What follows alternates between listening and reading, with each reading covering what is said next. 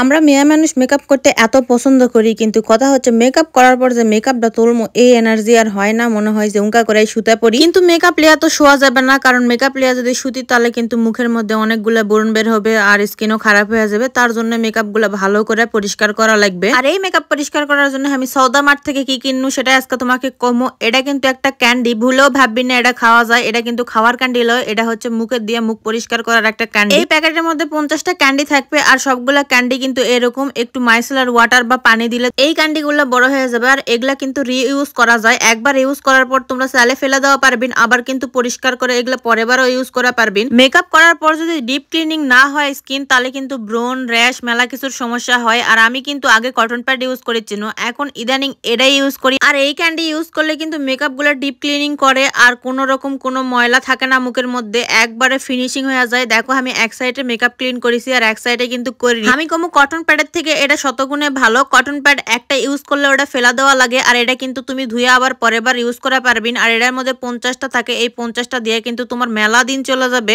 আমি এই cotton candy order করার পরে এই সিলিকনের ব্রাশটা ফ্রি পাইছি। এটা কিন্তু দিয়ে তোমরা ফেস ওয়াশ, সাবান যেকোনো কিছু দিয়ে কিন্তু স্ক্রাব করা পারবেন। আর হাতের থেকে কিন্তু শতগুণে ভালো এই সিলিকনের ব্রাশটা। এই যে দেখো এই সিলিকনের ব্রাশ দিয়ে মুখটা কি সুন্দর চকচকা ফকফকা হয়। আর এগুলো সবগুলো প্রোডাক্ট কিন্তু আমি লিখছি সৌদা মার্ট থেকে, তোমরা চাইলে অর্ডার করা পারবে।